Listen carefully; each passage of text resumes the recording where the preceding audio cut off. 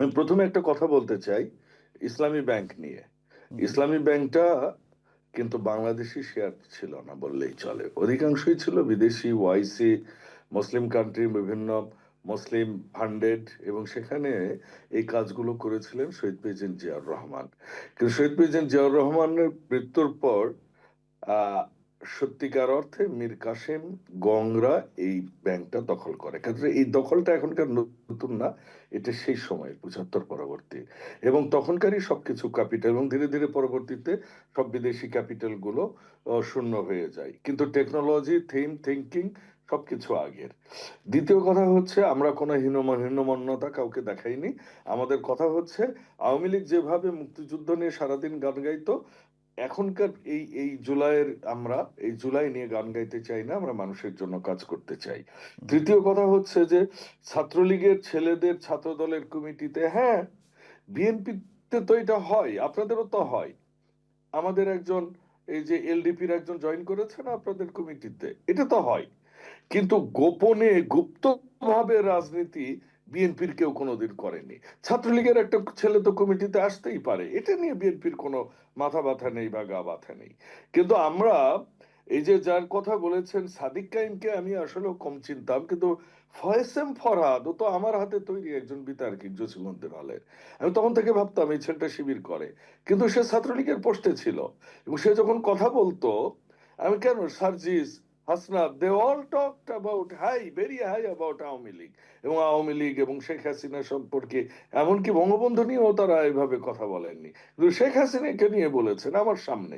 কাজে এইসব গুপ্ত ছিল। এই জিনিসটাকে ওইভাবে আপনি ক্যাটাগরাইজড করে যে ছাত্রলীগের কমিটিতে ছিল তাদেরকে ছাত্র দলের কমিটিতে রেখেছে, এ তো রাখি আমরা। এটা তো একটা নর্মাল বিষয়, দল পরিবর্তন। তারপর কি, আপনাদের আমির যিনি, উনি এক সময় জাসদ করতেন, আপনাদের নায়েবে আমির এক সময় জাসদ করত, জামাতের সহসভাপতি যে কি ডাক্তার, আহ, কি কয়, সেক্রেটারি জেনারেল মিয়া গোলাম পারোয়ার, উনি যদিও অধ্যাপক সামনে লাগান, আমি জানি না কোন অধ্যাপক উনি, তো ওনার ওখানেও কিন্তু একই অবস্থা। উনিও কিন্তু এক সময় বাম রাজনীতি করতেন, আপনার দলে আসছেন। কাজে এইটা হয়, কিন্তু গুপ্তভাবে রাজনীতি হয়নি কোনোদিন।